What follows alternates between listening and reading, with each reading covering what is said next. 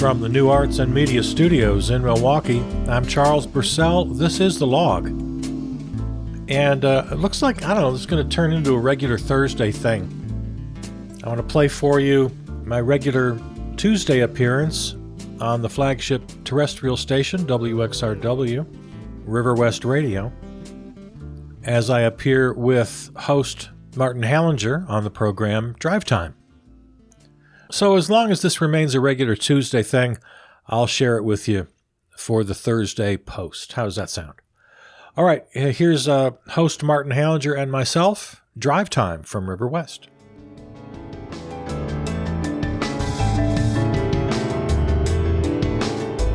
Ooh, and we're back on Drive Time from River West. My name is Martin, and I'm here with Charles Purcell. Hello, Charles. Hello, Martin. Hey, Martin, if I wanted to contribute to River West Radio, how would I do that? Well, that's a really good question and very organic. Let me answer that with a real simple 1-2 solution to all your problems. Number one, go to riverwestradio.com. Number two, click the donate button. You know what? I'm going to add a third. Number three, log into PayPal. Give us some money. That's all you got to do is just give us some money. I learned anything that more than three, I have to write down. Yeah, right. And the other thing is, I learned that a pound of quarters is worth $4. So if you bring in nickels, rather, if you bring in 10 pounds of nickels, that's $40. There you go. Because River West Radio is just the greatest thing in the world. I brag about it every chance I get on my podcast. Yes, thank you so much. I really do love The Log, and now Charles Purcell Presents on Fridays. Really great shows. It's so good. I'm so happy to have more experimental radio on Charles Purcell Presents it's now part of my Sunday night experimental program block. If you like radio because it's cool, that is absolutely the time to tune into River West Radio Sunday Although night. I should say I don't really embrace the term experimental for what I'm doing. What do you call it? Artsy fartsy?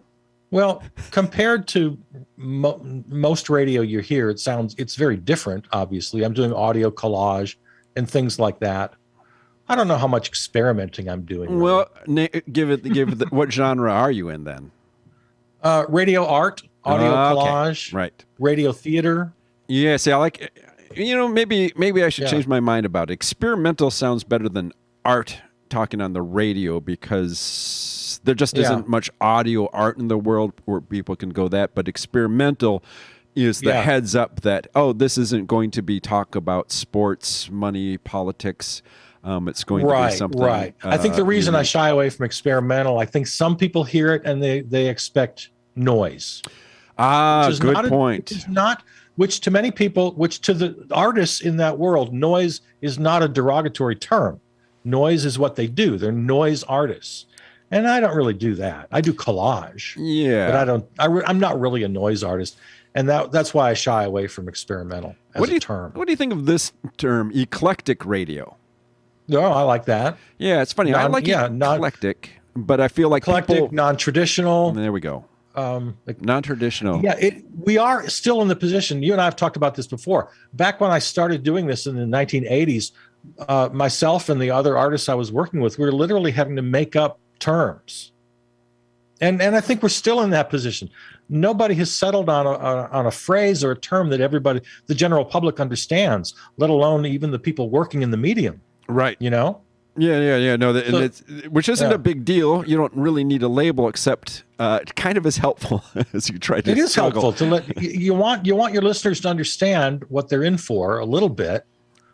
But anyway. it's a lot like for my whole life listening to NPR, where I think I don't want to hear about the media or cars or money, and then I listen to one of their shows and I go, oh, this is interesting. And River West Radio has the same thing happening where you tune in and think, oh, why are they talking about this? And suddenly you get some insight and you go, oh, this is worthwhile. It really is. And I say without exaggeration or without trying to hype it up, it really is the most important media in the world to have local community media, and to have things you're not going to expect. And it's anti-corporate at least, or it's non-corporate at least, and often anti-corporate.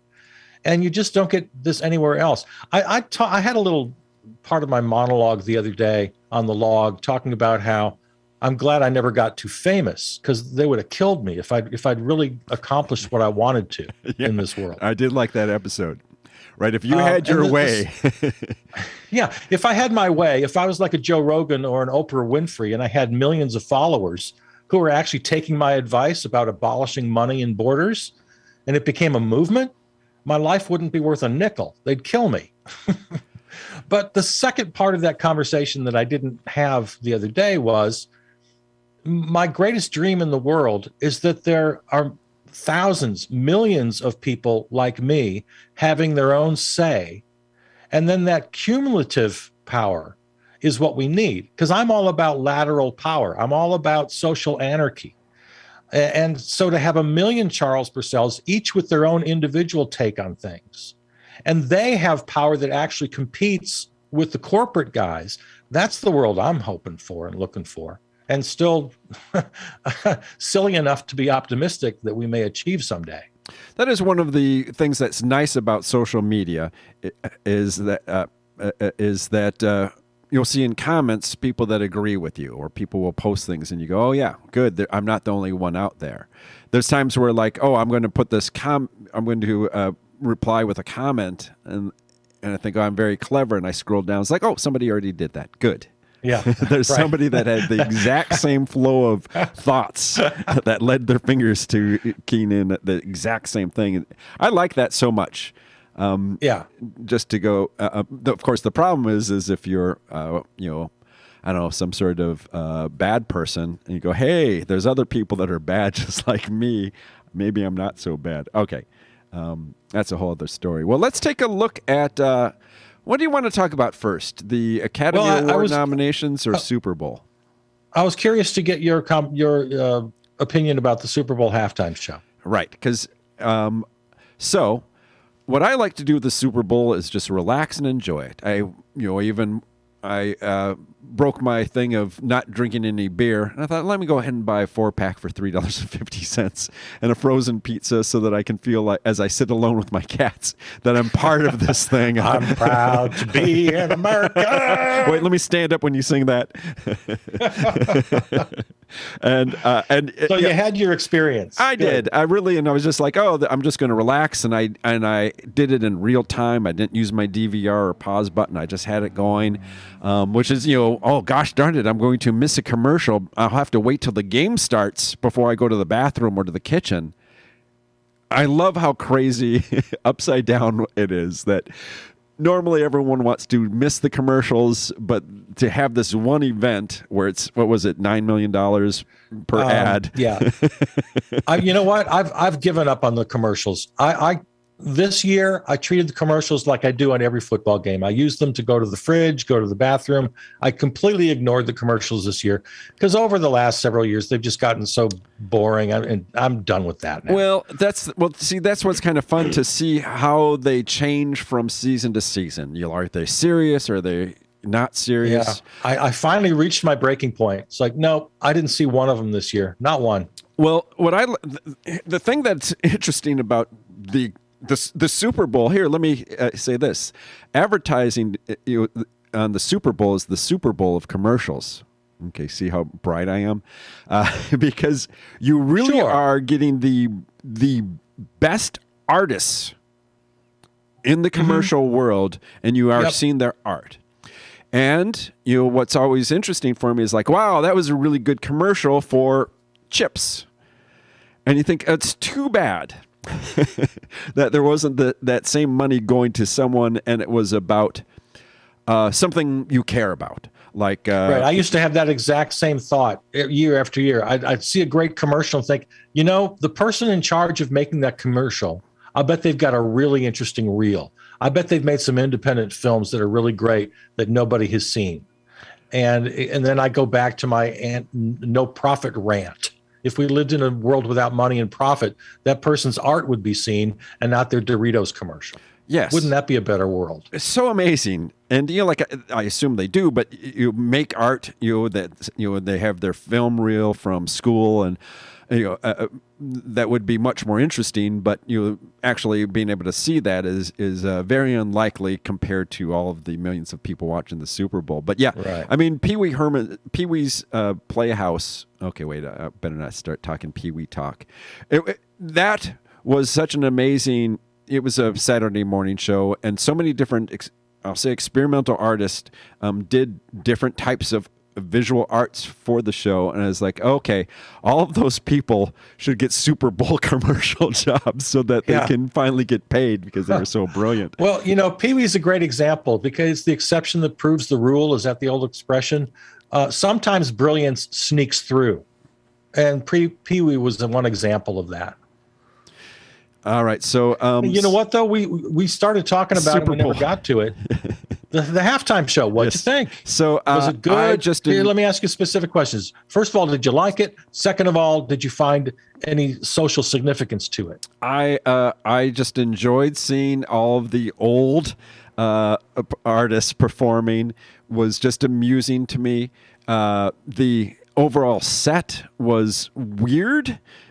Weird little ice houses, I thought at first, because they looked like they were made out of ice, and like, oh no, these are Hollywood trailers, I guess. I don't know for sure. And then I had my weird things like, oh, if I was on the other side of the football field where I only see the backs of these trailers, I would sure be mad that my $7,500 ticket didn't include the full halftime even show. People on the right side of the stage, though, you still can't see it, so far away. Everybody's looking at the screens. Yes, and then like overall, the whole thing was so Prince's halftime show was the number one show of all time, and I. Number one by what standard? By live performance that was captivating to watch and to listen to.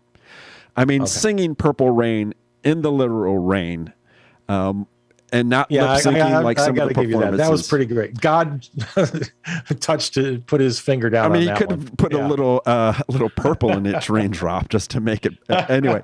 But like to hear all of those classics that like were. I was in my 20s when they were, I was in my 20s when they were big hits, and late 20s, and so like I have a connection to them, to the songs. The overall thing of zooming out, it's just impossible. It's an impossible event to capture on television without zooming out. Otherwise, now we're just zooming in on the performers, which would be the normal thing to do. But now it's not special and in the middle of a of a football field. The social significance, honestly, I didn't notice that everyone was black except for Eminem was the only white person that performed or was on stage, period. I read. I don't know. And then I felt cringy because, I didn't notice that Eminem was kneeling during one of the songs, and that. Oh yeah, I noticed that. Well, the thing is like Dre took over for about a full minute or more, 60 seconds or more, and Eminem stayed on his knee through that whole section. And to me, that meant nothing. That meant something to you? Oh, of course, a guy on his knee in an NFL game, sure it did. I'm on my knee tying my shoelaces. It just doesn't mean anything. Well, he wasn't tying his shoelaces. He had his head bowed. He had his hand on his cap. He had his head bowed. He looked very serious, and I noticed it immediately. Well, and he didn't actually have his knee touching nice the little ground. deal there. If they had, because the NFL obviously is just steeped in racism, and they've got big issues to deal with. And the fact that they even had this halftime show, I thought was fantastic. Here, let me give you my quick take on it. I thought it was the GOAT. It was the greatest of all time. I thought it was fantastic because a halftime show, just by its very nature, has to be about more than just the music. It's a halftime show. It's got to be like opening ceremony of the Olympics. It has to have everything. It has to have the dancing and the sets and the costume, and it has to have this had the absolute unbridled joy which to me, that put it ahead of Prince. Prince was fantastic, but in a way like, oh, aren't I a brilliant musician? Which is legit. Yes, you are a brilliant musician. Yes, this is a great show. But I thought the unbridled joy of this halftime show was just priceless. And I just was so 100% impressed with that. I loved it. Yeah. Let me just get back to the kneeling thing. Because, all right, you're making a statement, half-ass statement, I'll call it. Because you're like, oh, I get it. He's kneeling. Let me infer why he's kneeling. Great. If you want, this would have been a bigger thing, and the nation would have been talking about what it means to be an American, or whatever, however it would be phrased, if they had just played the national anthem, and I'll say do it Jimi Hendrix style, in that make it your own. Don't do a Jimi Hendrix guitar solo, but do a hip hop version of the national anthem. Do a rap version. Do an rhythm and blues version. What a great! Oh man, that's such a great idea. And just pop it up at the end, right? And then you have all of the dancers and stuff, like express the joy that comes from being in a first world country as an American, and then have all of the performers on their knees, right?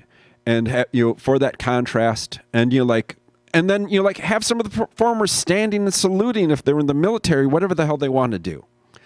But I think you should produce next year's show. Yes, that sounds like timing is everything. But I did enjoy all of it. I like the whole experience, and that it is the nice thing that we get to, it's rare these days that we all are doing the same thing at the same time. And I get just a strange joy from that is silly and ignorable, but I like it anyway. No, it was a nice moment. And I have to tell you too, I'm a couple years older than you are. And so like you say, when these songs were hits, I was starting my family, and I had no idea what was going on in the culture. I was just in the woods for about 10 years. I had no idea what was going on.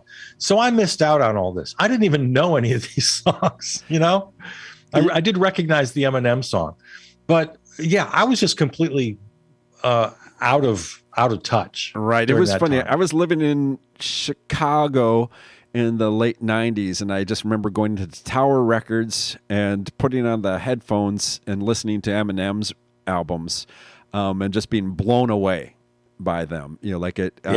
And see, I missed that. Yeah. And by the time I got back around to discovering hip hop, it was almost like it was too late. Like, okay, now I'm an older guy and I don't get this. And so I have to confess that I've never really been a fan of the genre, but only in the sense that the songs themselves, I was too much was the kind of devoted or already, entrenched in the idea that music has lyrics and melodies, Yes. So I was kind of an older guy who couldn't get into it. But over the years, it's taken me a while to understand the cultural importance of hip hop when it's all inclusive, meaning it's the lyrics, it's the performance, it's the fashion, it's the dance, it's the attitude, it's the very important African-American cultural experience that's embedded in the whole thing. So it took me a long time to really appreciate and understand it. I still don't to this day understand it all, but I really appreciate it. And that's why I thought the halftime show was so effing brilliant, because it just brought it all together in such a joyous 15 minutes. Well, in the alternate universe, instead of Snoop and Dre and Eminem, there would be the Diggable Planets. I remember, it was 1993, and I was watching MTV that used to have music videos on it, and I remember bow wow wow yippee oh yippee, Snoop Dogg is in the house, with Dre, and they're walking through the club and looking tough. And I was like, okay, that's cool. And then the next video was Diggable Planets, The Rebirth of Soul, this trio out from the Bronx that just did really great, meaningful lyrics. They had harmonies and just a great sound. If they were doing the Super Bowl, I would be like, yes, this is amazing, because they were very pro. In a perfect world, it would have been F the police and fight the power. I would have loved that. Oh my God. It's funny how big Fight the Power how big of a role that has played in my life, because it was such a catchy song that, it comes out just out of, without trying. Suddenly I'm doing Fight the Power in my brain. I can't do it out loud. It should be the national anthem. And we can do updates, instead of Elvis being nothing but a simple racist, we can change it to, I don't know, fill in the blank. But yeah, I'm glad that it was surrounded by the halftime show was surrounded by a good game. It was so nice to have it be that I wanted to watch the whole thing.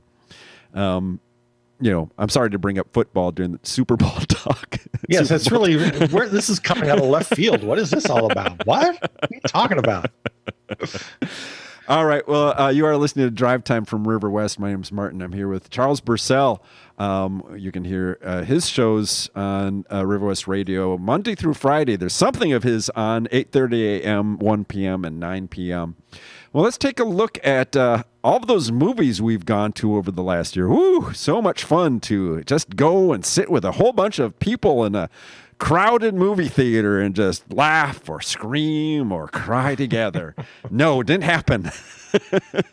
I'm looking at the list now. I'm like, oh my God, no, I can't say anything about this except for I've seen one movie on this list, period. Oh, two. Yeah, I haven't seen anything except Tragedy of Macbeth. I think it is the only one I've seen. The Denzel Washington. I think I can. He's nominated for Best Actor. Good. I want to see that. The only ones that I've seen on this list are Coda, the Apple TV Plus movie. And I really enjoyed that, and I recommended it to people because it's just a joyful movie. And this isn't a spoiler. It's about the main character comes from a deaf family. She is a hearing person and a singer, and very sweet story because they live out on the coast there. They do fishing for their business. But she does this version of Both Sides now. The song by Joni Mitchell, I guess popularized by... I've looked at life from both sides now, from up and down. That one. Yes. And she does such a great version of it that I am trying to make it an earworm. Which is not something that one normally should do, I suppose, except the lyrics are that's a good song. Great. That's a good song to have an earworm. It's a complicated song, like it's going to be work for me to be able to get it all down. Although really earworms, you just have that one little part that can drive you nuts. But the way that the actress whose name, Amelia Jones is her name, it's fascinating because then on YouTube I see her doing she did it live somewhere else, and then suddenly I'm watching a 7-minute video where she's talking about how she had never sung before, 17-year-old actress, never done sign language, and suddenly she's doing Both Sides now on a stage, and she wasn't lip syncing, she was singing in reality there and doing the sign language that she had learned to be in the movie. And I was like, oh gosh, I am crushing on the song, the singer, and the circumstance. And that's all from Coda, you said? Yep, CODA. I'll have to check that out. Yeah, CODA. It's a musical. Children of Deaf Adults, I guess is what it is. Then the other one that I saw was Dune, which is nominated for cinematography. And I'll go, well, it was good to look at. but it was sometimes that's not enough. Yeah. Remember the old Bill Murray shtick on SNL when he would talk about the Oscars coming up and half the movies he hadn't seen? No. Is that what that I'm was doing? like that was his shtick. He played this movie reviewer, and he'd be giving his predictions for the upcoming Oscars, and he'd have a few snarky remarks to make, but then he'd get to, well, Don't Look Up, didn't see it. Belfast, didn't see it. Power of the Dog, didn't see it. Well, that's me. That's how I'm going to handle my Oscar conversation, because I really haven't seen anything. I saw Macbeth, and I saw what was the one about Tammy Faye? I forgot what it's called. It's about Tammy Faye Baker. Yeah. No, and the woman who played Tammy Faye Baker got lots of praise, and it was all right. But it's just a movie. I kind of want to see that. Okay. Well, my problem is I have trouble with being the Ricardos. I also haven't seen, and I don't really want to see it just because I get annoyed with any sort of real life thing being showed as a movie. Biopics are so hard to pull off. They're so hard to pull off. They almost never work for me. Yeah. The Eyes of Tammy Faye, that's the name of that movie. That's also a biopic, and it was just okay. Yeah, she gives a good performance, but who cares? It's an interesting story. They're just movies. I mean, because that was in the 80s, when that was on in the 80s, I remember my roommate was kind of addicted to just watching it, not because he was a religious, but just because it was so laughable. Oh, really? Mm-hmm. Yeah, I got that way about Jack Van Impe. Are you familiar with this guy? Perfect. Yeah, no. No, I've seen him. Jack Van Impe is an evangelist who with a TV show, or used to be, and he'd have kind of a news set, and his wife Rexella, who also was very odd looking. I'll just leave it at that. Would kind of give the headline, and then she'd turn it over to Jack for his Bible interpretation of the latest headline, with something happening in Israel or something. And he was unintentionally hilarious. Oh my God. The thing I loved about Jim and Tammy Baker was, how is this religious at all? It honestly was as if they weren't aware of a top-selling book called the Holy Bible. They were just like... It was amazing just what a comedy of a show it was. It actually reminds me of the Righteous Gemstones, which is an HBO series that I started watching, and it's fantastic. If you like Danny McBride. I'm looking at the clock here before we run out of time. Anything else? What happened here? You want to Judi Dench? I'd love to see. I think that's one reason I'd like to see Belfast. Because that's got a couple nominations, and it looks like the kind of movie I'd like. And Judi Dench is like a genius. Oh, I'm seeing international feature film. The Worst Person in the World is a movie out of Norway, so that sounds like that might hit home for me. Okay. You know what? One of my favorite things about after the Oscars is getting a hold of different places will end up putting it out, but the short film animated nominees and winners, that is the best thing about the Oscars. Is that I love that. And they put them into a collection. They'll tour independent movie houses. The Oriental would usually have that. Yeah. So and now I have one other movie to mention. Oh, good. I talked about this on the log the other day, but while it's Oscar season and now leading up to the Oscars, you might maybe checking out some of the nominees. I recommend you see a movie called For Your Consideration. It came out in 2006. It's one of Christopher Guest and Eugene Levy's kind of improv films. They're the guys, of course, who made Waiting for Guffman and Best of Show. It's got that same cast, that same ensemble cast, and it's about this little independent movie that gets some Oscar buzz around it. And it's really good, and it's really funny. And around Oscar season, it's just a fun movie to watch. So I wanted to toss in that recommendation while we had time. Yeah, I did. For Your Consideration. Yep, I did the thing when as soon as you said that, it's like, wait, have I seen that? So I just Googled and it's like, hey, I haven't seen this. So I did what I always do, is take a screenshot on my phone so that when I'm thinking, what should I watch on TV? I can flip through it. Yeah, because I'm very excited that I haven't seen that. And so that will be I think fun. You'll like it. I did. Oh, I enjoy all of those mockumentaries so much because the humorous wit that all of that ensemble has it's striking to have it be so believable, the silly thoughts that they act out. I mean, it really makes you feel good about buffoonery. And they're all there. They're all there. Christopher Guest, Eugene Levy, Catherine O'Hara, Fred Willard, Parker Posey, that Lynch woman, I forgot her first name. They're all voice. There, and they're all just brilliant. All right, good. Yeah, let's do that. We'll have to, one thing that's been kind of nice about COVID, if I may, is that it has been fun to see movies just on HBO and Disney and, on TV at home, especially when it's not a very good one. You go, thank God I didn't spend any money on that. Although I do want to see Power of the Dog. I want to see Licorice Pizza. I just realized. Yeah, I'll probably see a few. Of them. Yeah, No Time to Die, not interested. Anyway, this will be fun. Yeah, Power of the Dog, I've heard such mixed reviews that it's fascinating to me. Really love it or really hate it. Makes it really interesting for me. Well, this has been another Drive Time on Tuesday.